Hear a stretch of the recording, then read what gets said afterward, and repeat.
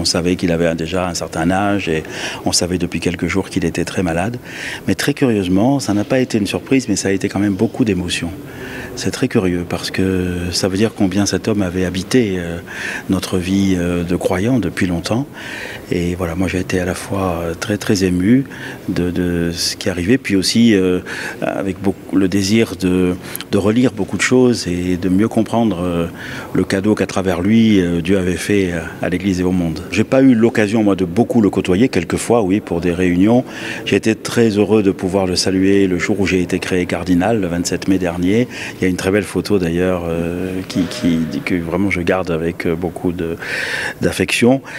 J'étais heureux de le rencontrer parce que je lui dois beaucoup. Je lui dois beaucoup sur sa réflexion en particulier sur la mission de l'Église et aussi sur la façon dont il a su conjuguer une recherche théologique audacieuse, libre, et une charge pastorale qui est devenue planétaire lorsqu'il est devenu pape, mais il a gardé les deux. Et moi, c'est quelque chose que j'essaye de faire, mais j'ai besoin de prendre conseil de quelques aînés qui ont passé par le même chemin. Et donc, pour moi, il compte aussi à cause de ça.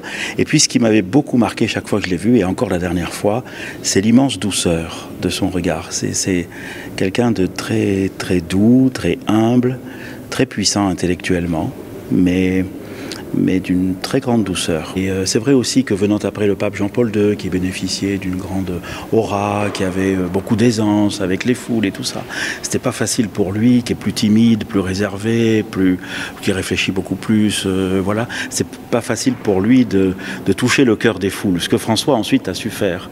Voilà. Mais je pense que là, dans l'ensemble des relectures qu'on va pouvoir faire, je pense que c'est une occasion de mieux le connaître et du coup de mieux recueillir l'héritage qu'on lui doit.